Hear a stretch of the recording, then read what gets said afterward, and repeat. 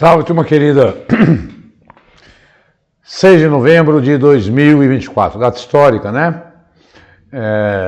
Deixa eu fazer uma consideração muito importante nesse início. A gente poderia tranquilamente aqui fazer uma aula sobre as eleições nos Estados Unidos.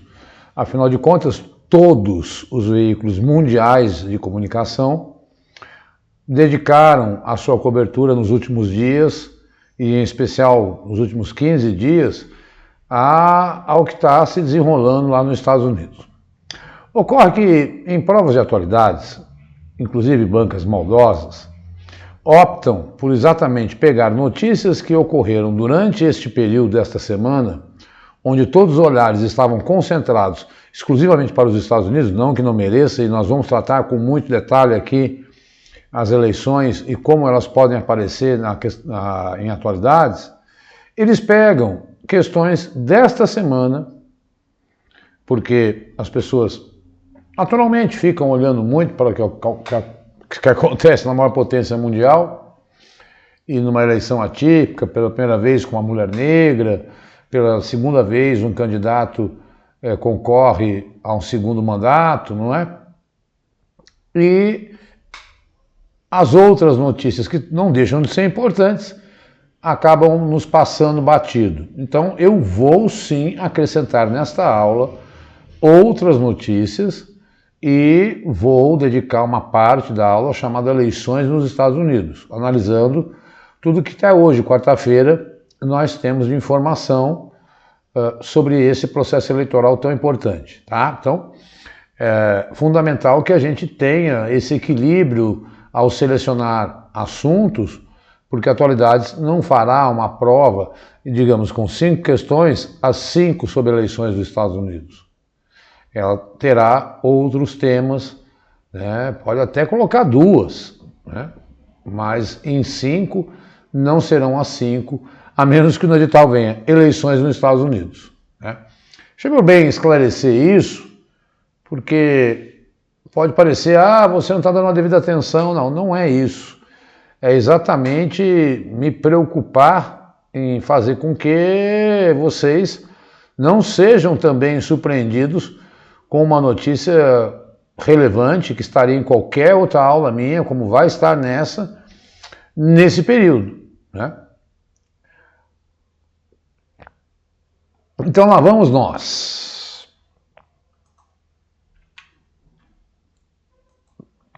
Deixa eu ficar pequenininho. Aqui eu sempre sugiro que me sigam no Instagram, porque ali eu coloco notícias, nem sempre foi realmente difícil escolher notícias. Aí, quando não é crime, quando não matam celebridades, etc., ou morrem celebridades, como aconteceu recentemente, acabou. Mas acho que agora a gente volta à normalidade aí e eu consigo colocar notícias importantes para vocês. O WhatsApp é para aqueles que são interessados nos livros de questões de atualidades inéditas de 2024. Já são 3 livros, 4, e termino o 5º no final do ano. Estou fazendo para encerrar o ano com o 5º livro, tá? Então aí só manda o WhatsApp, não é um grupo, não vou ficar enviando notícia, é apenas para que você... assim que a gente escolheu o melhor caminho para divulgar esse trabalho e, enfim, custa 25 cada exemplar, eu não altero o preço, porque a gente ajuda um ao outro, tá? Então é pelo WhatsApp, pode mandar uma notícia, se eu não estiver respondendo, porque estou, por exemplo, agora está desligado o celular, tá? Para o nosso controle, semana de 30 de outubro a 6 de novembro. Vamos começar com as notícias nacionais. Olha aí, deixa eu sair daqui. Quem mexe com a Venezuela se dá mal, diz regime ao publicar silhueta de Lula e bandeira do Brasil. Crise entre vizinhos aumentou depois do veto imposto pelo governo federal à entrada de Caracas no BRICS. Em novo capítulo da crise diplomática que se desenrola entre o governo do Brasil e o regime Venezuela, lembrando que o Brasil não reconheceu a vitória de Maduro, porque o Brasil alega que não foram publicadas as atas eleitorais, a Polícia Nacional Bolivariana controlada pelo chavismo, publicou em suas redes sociais, no Instagram, uma imagem que mostra a silhueta de Lula e a bandeira do Brasil. Com a seguinte mensagem: não aceita a chantagem de ninguém. Não expressou aí. Ainda também há o hashtag lá: quem mexe com a Venezuela se dá mal. Nossa pátria independente, livre e soberana. Não aceitamos chantagem de ninguém. Não somos colônia de ninguém. Estamos destinados a vencer. Então, essa relação se desgastou depois que teve a eleição em julho, né, foi declarado vencedor, e degringolou quando o Brasil vetou lá na reunião dos BRICS na Rússia. Então, após o Celso Amorim também afirmar em uma comissão de Câmara dos Deputados que a reação venezuelana ao veto é desproporcional, cheia de acusações, né? Maduro, por sua vez, já acusou o Itamaraty de estar vinculado ao Departamento de Estado americano e havia chamado... Azedou. Acho que a palavra é azedou. Azedou de vez. Tem um problema sério, né? O Brasil... A Venezuela deve ao Brasil, por exemplo, a construção do metrô de Caracas.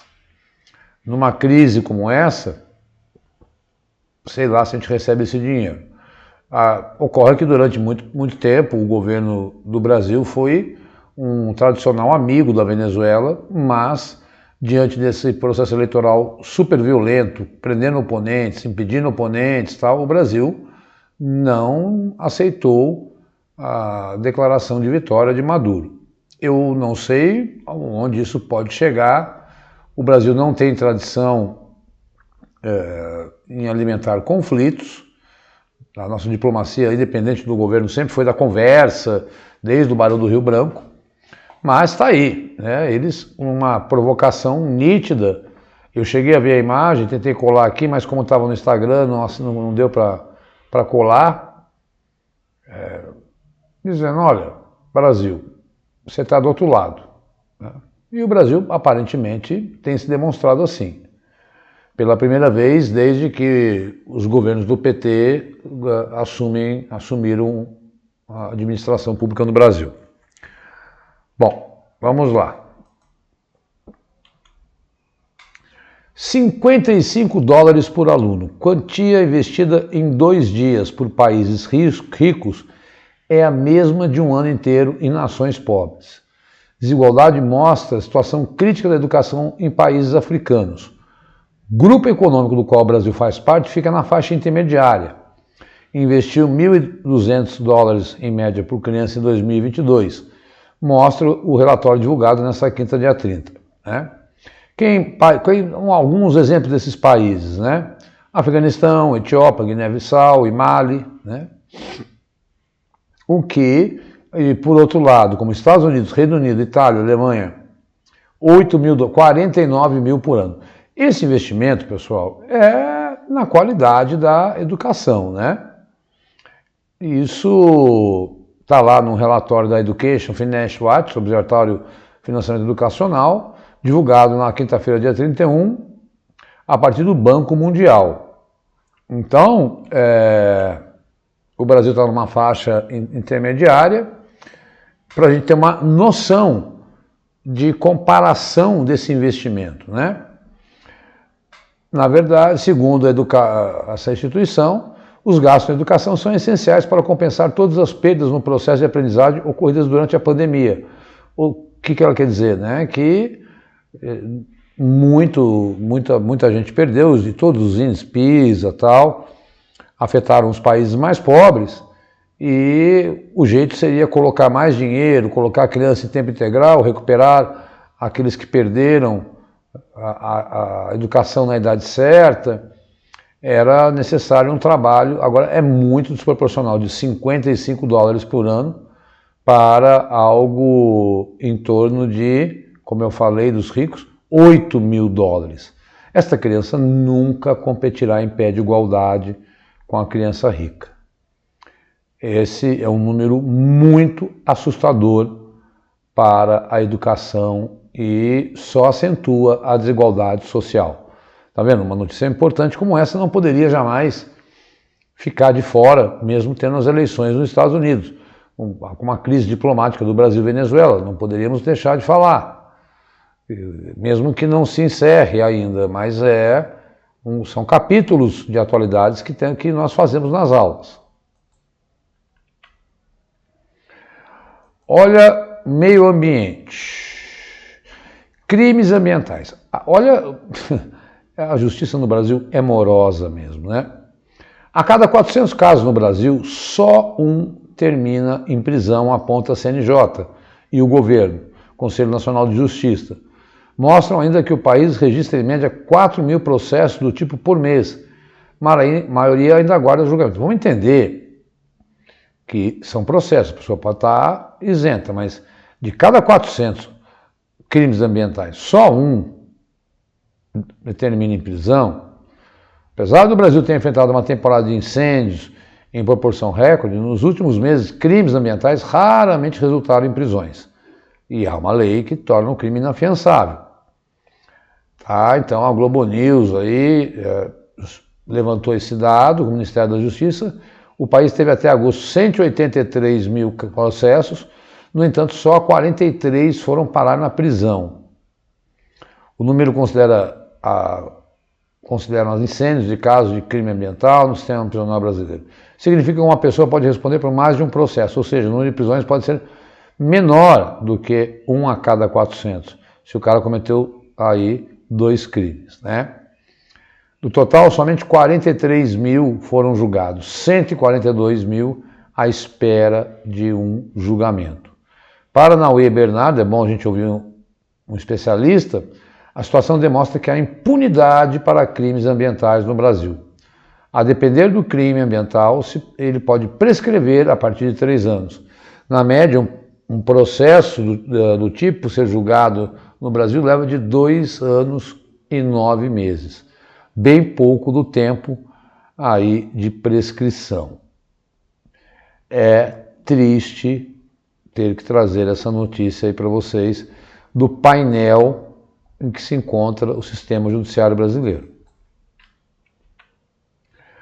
Manchetes, antes de entrar nas questões do mundo. O primeiro satélite de madeira construído por pesquisadores japoneses foi lançado no espaço, chamado de Lignosat. O satélite desenvolvido pela Universidade de Kyoto e pela construtora Sumitomo foi lançado para a Estação Espacial Internacional em uma missão da SpaceX, do bilionário Elon Musk, homem que está comemorando a vitória do Trump. Posteriormente será lançado em órbita a cerca de 400 km acima da Terra. Isso porque a ideia é a seguinte, pessoal, pelo que eu li da reportagem como um todo. Esses satélites de madeira, eles são muito resistentes no espaço e quando eles voltam para a atmosfera, eles causam menos danos, tá? Então, vamos ver como é que ele vai se comportar em dando certo. Ótimo, porque aí não cai esse satélite aí em cima da cabeça da gente, né? Bom, só retomando uma notícia que eu já havia falado em aulas anteriores, delegado da PF é confirmado no comando da Interpol e se torna o primeiro brasileiro no cargo mais alto da organização. Chama-se Valdercy Orquiza, o cargo se chama secretário-geral pelos países membros da Assembleia Geral da Interpol, na manhã da terça-feira, dia 5, lá no Reino Unido. Então, ele foi indicado dentro da própria Interpol, ele foi um delegado da Polícia Federal, tal. Parabéns, brasileiro. Trump tem maior votação popular de um republicano em 20 anos. Voltou à Casa Branca com cerca de 51% dos votos, mais do que recebeu em 2016. Olha aí o Elon Musk. Recuperou 134 vezes mais do que investiu na campanha de Trump. Deu certo para ele, né? As ações dele dispararam. Porque ele foi um apoiador, chegou até a sortear $1 milhão para quem declarasse voto no Trump. STF derruba lei municipal que proíbe vacinação compulsória contra a Covid. Uberlândia tinha aprovado essa obrigação, mas o Supremo tem jurisprudência no tema, né? Então não pode ser o município aprovar essa lei, essa lei de vacinação é algo nacional. Só para a gente retomar tudo que foi debatido lá na Covid, na época da pandemia, e ainda algumas mazelas que ficam, seja na educação, seja em leis ainda que desrespeitam o Supremo. Partiremos agora para as internacionais. Bom, enchentes na Espanha. O que atacou? Agora é legal conhecer, já se tem notícia, né? Se chama fenômeno Dana. Matou mais da cidade de Valência do que em todo o Rio Grande do Sul. Foram causados por um sistema climático destrutivo, conhecido como Dana, depressão isolada de alta altitude. Com esse fenômeno, o ar frio e quente se encontram e produzem poderosas nuvens de chuva, um padrão que os cientistas acreditam estar se tornando mais frequente devido às mudanças climáticas. Ao contrário de tempestades ou rajadas comuns, o Dana pode ser independentemente de correntes polares ou subtropicais. Quando o ar frio se estende sobre águas quentes do Mediterrâneo, ele faz com que o ar quente suba rapidamente e forme nuvens densas e carregadas de água, que podem permanecer sobre a mesma área por muitas horas, aumentando seu potencial destrutivo, tá? Então, o leste e o sul da Espanha são mais suscetíveis devido à sua posição entre o Oceano Atlântico e o Mar Mediterrâneo, tá? Antes mesmo do Dana ser cunhado no início dos anos 2000, se chamava de gota fria. O termo ainda é amplamente usado coloquialmente. Tá aí uma tragédia de bilhões de euros que levou o povo a se manifestar constantemente contra o governo da Espanha por ter sido meio negligente em avisar dos riscos que isso causaria. Olha aí, acho que aqui eu fico, né? Moradores acusam o governo de ter emitido alertas de chuva em Valência. As mortes causadas já são mais de 250 e ainda tem gente ainda sendo procurada. E aí, gente, uma nova, eu vi a cena, parecia um rio o aeroporto de Barcelona, que é um dos maiores aeroportos da Espanha, né? Então, logo depois de Valência, tempestades na Espanha e moradores. Olha, quando a gente vê a cena, é muito semelhante à tragédia lá do Rio Grande do Sul. Eu vou trazendo tudo que é protesto, eleição, acidente climático, porque eu entendo que esses acidentes podem sim aparecer em provas, tá? Então, paralelo ao que acontecia nos Estados Unidos, é isso que eu falo. Uma tragédia ambiental que talvez ficasse mais noticiada e mais tivesse uma cobertura maior, porque a destruição foi sem precedentes na história espanhola nas últimas décadas. Então, todo acidente climático a gente está trazendo aqui. Bom, agora eu entro aí perto dos 20 minutos, vou tentar abordar com muita calma, serenidade, porque a gente tem que entender o seguinte: a gente vai olhar os antecedentes da eleição, como é que ela se decorreu, o processo eleitoral, a eleição e como será o governo Trump. Não dá para falar aqui agora. Então, cuidado. Não entre numa alternativa que fale, o governo Trump será assado, assim, assado. Uma coisa é o discurso de campanha, uma coisa são os ataques, uma coisa é a propaganda eleitoral durante a campanha, outra coisa é como ele vai governar.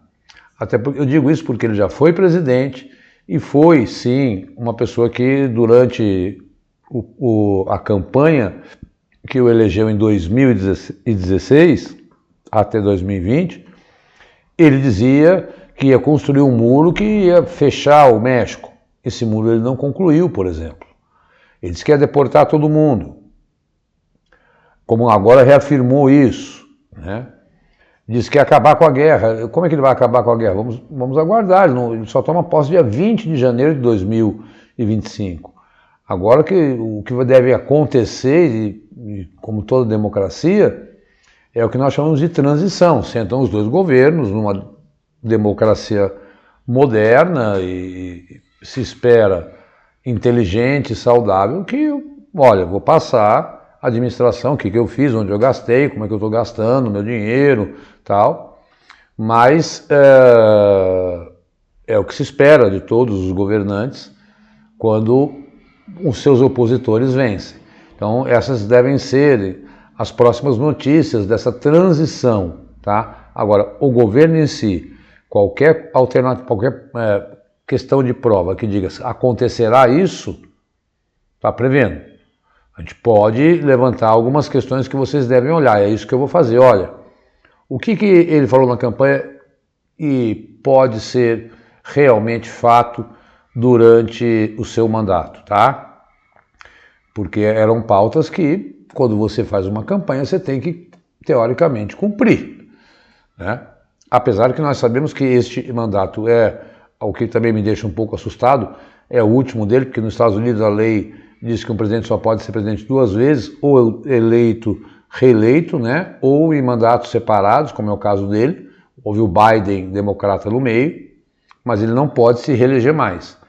E aí eu tenho um certo medo de qualquer vingança, que ele se sinta, digamos aí, injustiçado, né? Na cabeça de Trump, nós não sabemos o que passa. Vamos lá então tentar olhar para o fato da eleição em si. Já temos o resultado, ele já venceu as eleições, já chegou aos 270 votos aí necessários, principalmente porque ele venceu nos estados pêndulos, que eram aqueles estados que ora votam em republicanos e ora votam, ele venceu em todos os 7, tá? E portanto, porque existem estados que já são, como Califórnia é um estado democrata, Texas é um estado republicano, isso já se sabe há muito tempo por pesquisas, etc. A propósito, lá nos Estados Unidos não existe uma justiça eleitoral como a nossa, onde todos os dados das urnas eletrônicas vão para a justiça e ela é colocada num computador maior e jogado os resultados. Lá cada estado tem um tipo de eleição, nós vamos falar sobre isso, mas há algumas décadas, acho que desde os anos 70, um pool de empresas de comunicação, NBC, CNN e tal, se articulou e eles fazem esse levantamento, acompanham a votação e concentram as informações e eles soltam o resultado mesmo antes do resultado oficial. E bate, tá? É confiável e até há autorização do governo para que eles publiquem isso. O Trump mesmo, antes da Associated Press, que é essa associação de jornais terem revelado, interessante isso, né? Então, cuidado, não existe uma justiça eleitoral americana, é um pool de redes de informação, como se fosse a Folha, Estadão, a Globo, o SBT, a Record se juntassem e acompanhassem cada estado e depois juntos, deve ter uma logística toda entre eles, né? Cada um se encarrega de um, se reúnem e eles soltam a informação. É assim que funciona lá, bem diferente daquilo que nós imaginamos. Mas é absolutamente confiável e esse dado vai se concretizar quando o Congresso referendar Trump. Ele já é o presidente eleito dos Estados Unidos, tá? Bom, vamos lá, ficando pequenininho. O que eu fiz? Achei que era bem interessante fazer um levantamento da campanha, né? Então, debate, atentado contra Trump, desistência de debate, como é que foi a campanha? Agora a gente pode falar, a campanha acabou. Eleições primárias. Eleições primárias é quando escolhe o candidato. Começaram em janeiro, né? O atual presidente, o democrata Joe Biden, não enfrentou nenhum adversário de peso e obteve a nomeação apesar de um movimento de protesto por seu apoio à guerra de Israel em Gaza. No Partido Republicano, o ex-presidente Donald Trump teve mais concorrência, sobretudo da ex-embaixadora dos Estados Unidos, Nikki Haley, mas esse sucesso foi avassalador e todos os seus adversários jogaram a toalha, né? Até teve um Kennedy que desistiu no meio do processo. Em março, tanto Biden quanto Trump somaram delegados suficientes para garantir a nomeação. Tá? Então, concluindo as chamadas primárias, que é dentro do próprio partido republicano e democrata, lembrando que existem partidos independentes, mas que não atingem 10% aí. Deixa eu sair daqui. Julgamento em Nova York. Um mês depois de que Biden foi homologado como candidato pelos republicanos, o julgamento criminal de Trump por ter pagamentos ocultos para silenciar uma ex-atriz pornô com quem teria uma relação extraconjugal, né? Começou. Após semanas de audiência, o bilionário foi considerado culpado, algo inédito para um ex-presidente americano. Ele foi aí julgado culpado e disputou as eleições como culpado. Nos Estados Unidos isso é possível. No fim de junho, o republicano obteve uma vitória na Suprema Corte e enfraqueceu os outros processos penais contra ele. Aquele que envolve o Capitólio, né? Aquele que envolve por guardar documentos secretos, ele ainda tem, que devem, o que alguns analistas dizem, não serem aí levados à tona por ele ser presidente. Deve ser meio que paralisado, até porque ele vai ter o poder de nomear 3 ministros da Suprema Corte, né, que já é conservadora. O primeiro debate. Nesse mesmo mês, em março, né, ou desculpa, em junho, no dia 27 a campanha teve uma reviravolta. Donald Trump e Joe Biden, que era o candidato democrata, se enfrentaram em um debate da emissora CNN. O presidente democrata de 81 tem um desempenho desastroso, se enrolava a falar e às vezes parecia perdido. O pânico se apoderou dos democratas. Para a surpresa de todos, Donald Trump optou por moderação diante dos problemas do rival. Bom, isso aí levou ao que diz o próximo slide. Tentativa de assassinato. Em 13 de julho, Donald Trump sofreu uma tentativa de assassinato durante um comício na cidade de Butler, na Pensilvânia. Ele ficou ferido na orelha ao ser alvejado, disparados por um homem que estava num telhado, né? Com o punho para cima, ele aproveitou muito bem esse atentado, foi tirado por agentes do serviço secreto que o cercaram no palanque enquanto murmurava a palavra "lutem". Após um breve momento de unidade nacional, republicanos e democratas retomaram a campanha e seus ataques. Essa unidade foi condenando qualquer tipo de violência. A convenção republicana deixou evidente o domínio de Trump no Partido Republicano. Ele escolheu o jovem senador DJ Vance como seu companheiro de chapa. Em setembro, o bilionário voltou a ser alvo de outra tentativa no campo de golfe, mas não chegou a atirar. Foi encontrado uma pessoa lá no seu campo de golfe que estava tentando atingir Trump. Aquele rapaz que atirou foi assassinado, né? Esse foi preso. Desistência de Biden. Poucos dias após a convenção republicana, mais uma reviravolta. Joe Biden anunciou a desistência da disputa da reeleição. A campanha então mergulhou no desconhecido. Uma breve carta publicada nas redes sociais, em 21 de julho, o presidente, em fim de mandato, cedeu à pressão dos democratas pelas dúvidas sobre o estado físico e mental. Ele anunciou apoio à sua vice-presidente Kamala Harris para sucedê-lo na disputa. Em questão de horas, Kamala Harris conquistou o apoio dos principais democratas e se tornou a nova candidata em prazo recorde. A entrada na corrida eleitoral dessa mulher negra, e para mim, isso contou muito no processo eleitoral americano. Eu acho que os norte-americanos, muitos ainda têm essa questão misógina, racista que ela enfrentou, né? Mas com certeza eu tenho algo. As pessoas nos Estados Unidos voltaram como um estômago, como aqui também no Brasil, né? Contra qualquer tipo de polarização. As coisas estão muito caras nos Estados Unidos e eu sempre disse isso desde que eu comecei a dar aula. Quem decide eleição, pessoal, é o bolso. E o bolso do americano, apesar de estar com pleno emprego, etc., não vai nada bem. Nada bem. E por isso, então, eu entendo que um dos fatores decisivos foi foi fator econômico, salarial da população que votou no Trump, não dizendo um não à administração democrata que gastou muito com guerras e não olhou para a sua questão interna. Eu atribuo, pelo que eu li e que muitas pessoas também analisaram, este teria sido o principal elemento nas eleições norte-americanas. Não só esse, evidente, com um país complexo como os Estados Unidos, mas podemos acrescentar com certeza esse elemento, até porque as pesquisas revelavam que isso preocupava o americano nas eleições.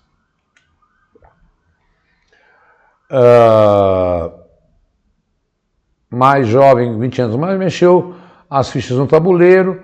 As pesquisas eu acho que erraram, porque davam um empate dela, e até lá na frente do chamado estado dos pêndulos, que nós vamos depois dizer quais são, e ela escolheu um colega de chapa, Tim House, esse professor e treinador de futebol americano, um homem que foi governador de Minnesota. O problema com o Tim House é governador do estado onde a polícia matou o George Floyd. Isso pesou também muito contra a chapa da Câmara, né? O movimento negro via nele alguém que não cuidava dos negros aí. Então, essas coisas são fortes nas eleições americanas, tá? Porque foi lá em Minnesota que o Floyd morreu. Estou ponderando aqui todos os elementos da campanha, porque agora a gente já pode ter esse levantamento, né? No debate que houve entre os dois, ela até pediu um outro debate, né? E o Trump se recusou. As pesquisas diziam que ela vencia. Eu achei muito surpreendente, assim, a vitória de Trump nessa eleição. Todo mundo imaginava, falava-se até empate, que a Câmara venceria, e ele, vitória com V maiúsculo, tá? Então, incontestável. O muito louco é o seguinte, né? Muitas charges saíram aí, eu acho engraçado isso. Esses que são contra as eleições, dizem que são fraudulentas, eles só dizem isso quando eles perdem a eleição. Quando eles ganham, eles comemoram a vitória. Não é interessante, né? Ora, se a eleição é fraudulenta e é errada, tal, a Câmara Regis não falou nada, né? Então, Trump, você também desconfia da sua vitória? Tá aí uma pergunta, né? Bom, eu acho, assim, na minha opinião pessoal, ele é um cara perigoso pelas suas declarações. Quando governa, ele fica mais manso, né? Acho que a gente tem que pensar e olhar agora. Não sei como acontecerá, mas os Estados Unidos é quem mais ajuda a Ucrânia na guerra contra a Rússia. Ele disse que ia acabar com as guerras. Então, acredito eu que esse é um ponto que nós devemos olhar para esse seu mandato, como será ou se haverá doação de dólares, bilhões e bilhões de dólares para a Ucrânia. Sem os americanos, eu acho que a Ucrânia tende a ser, sem a ajuda militar americana, ela vai perder essa guerra na minha leitura, porque só a Europa não conseguirá bancar a ajuda militar à Ucrânia. Acredito que ele, muito mais aliado de Israel do que Biden, deve dar mais poderio a Israel, o que também pode levar a problemas sérios, né, lá agora estou fazendo a minha análise, tá? Na guerra entre Israel e os grupos extremistas. Eu acho que parte desse dinheiro que sai da Ucrânia vai para Israel.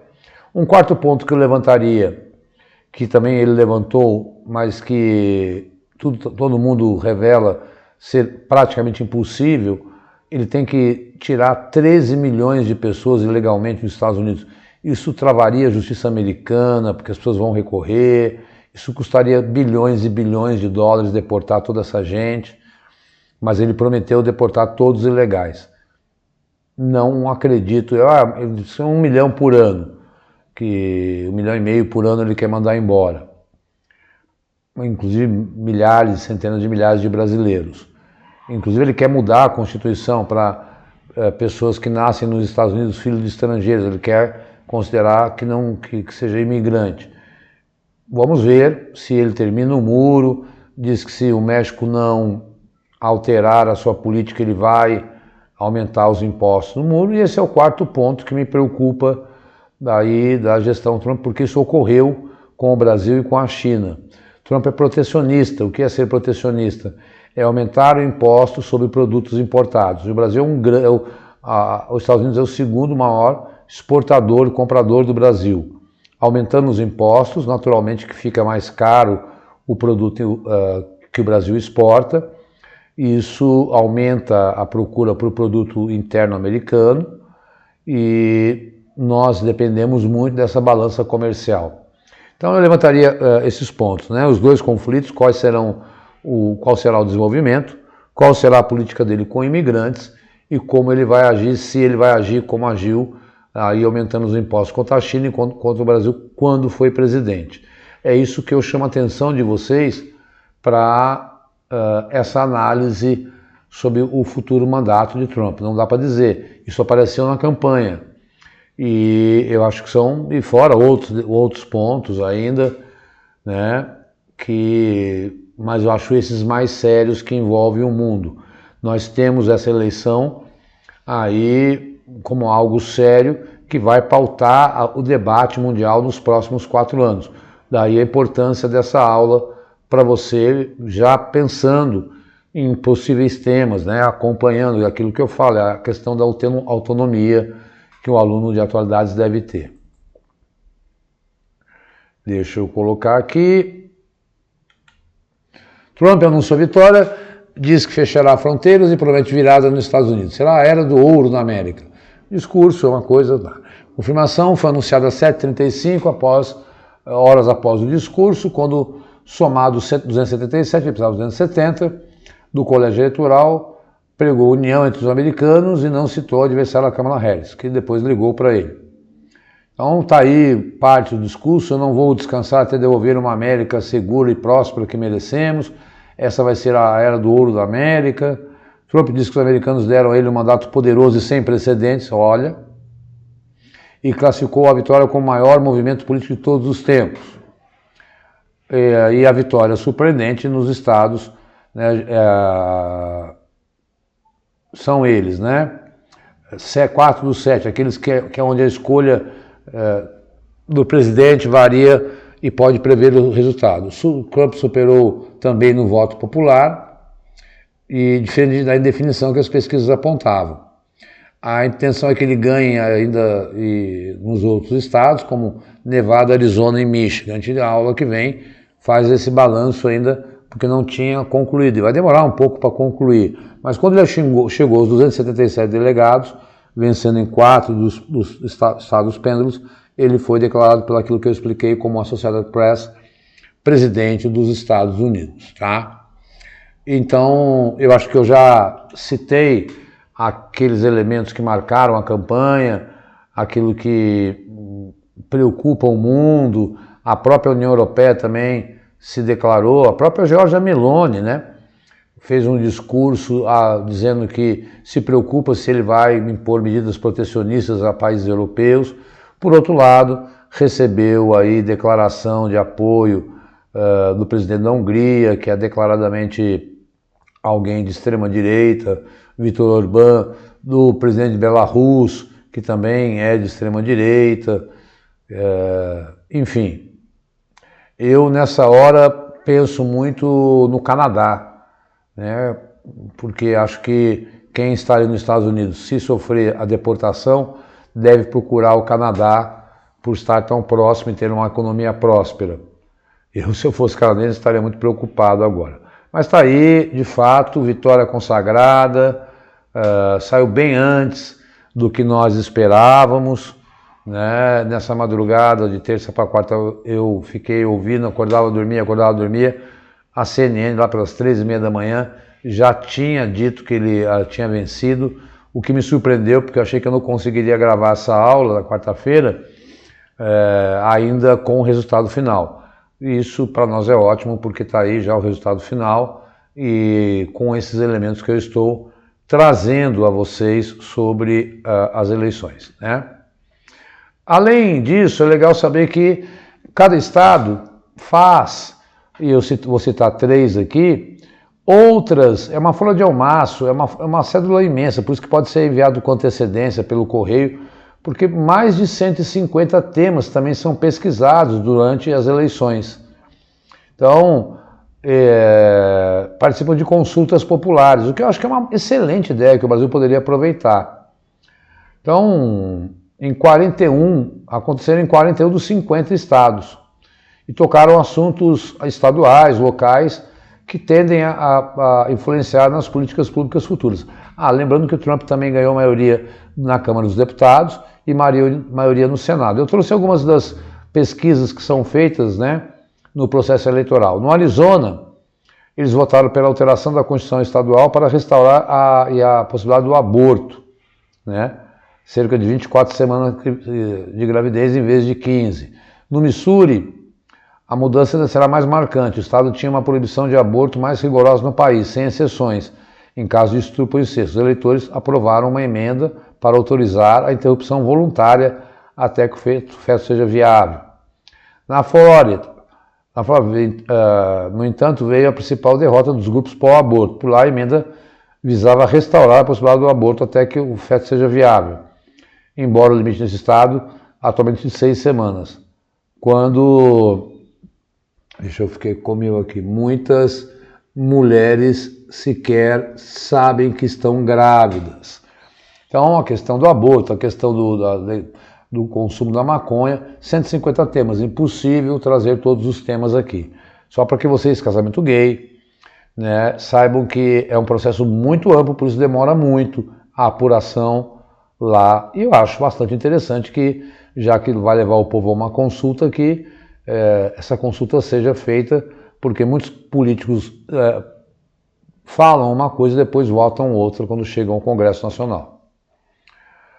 Aqui é a primeira condenação de Trump. O crime foi considerado violento, a idade é de 78 anos, e então é muito possível que ele nem sequer seja condenado pelo avanço da idade, tá?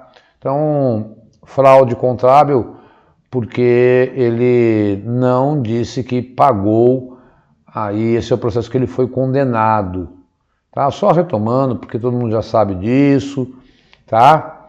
Então,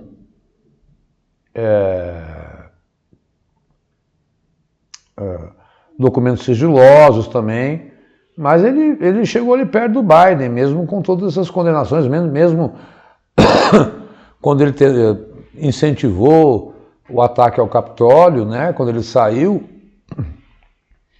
e isso não pesou nas eleições. Por isso eu entendo que realmente o que pesou foi o bolso. Tá? Retomei aqui o processo, tá?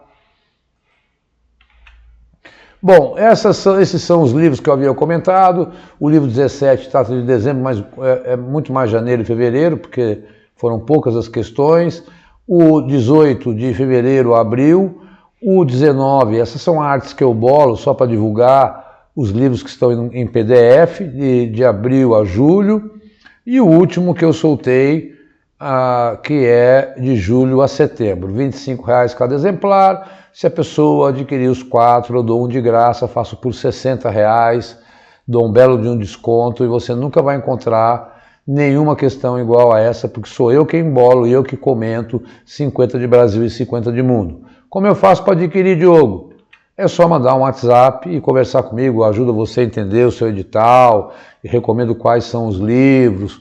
Olha, tem ajudado muito, muito, muito, eu recebo muito retorno aí dos mais de 1.000 visualizações dos vídeos que tem no canal do YouTube e que também tem nos cursos no qual vencendo as pessoas que são assinantes, não vêm pelo YouTube, vêm pelo canal. Então são aulas com mais de 1.000 visualizações semanais e isso me deixa muito feliz. É só mandar um WhatsApp, tá aí, tá? Deixo aqui também os endereços para quem está assistindo pela primeira vez do Vencendo Concurso, que é o curso que mais cresce no Brasil. Dá uma olhada, porque lá está cheio de edital que às vezes você nem fica sabendo porque a grande mídia não revela, e às vezes uma cidade vizinha sua tem um concurso com uma excelente chance profissional para você. Um forte abraço, fiquem com Deus, Buda, Krishna, e tá aí, Trump eleito, e assim que vierem novidades, na aula do dia 13, eu retomo, porque vai ser um tema ainda muito pertinente na mídia. Obrigado, boa semana a todos, até o dia 13. Tchau, tchau.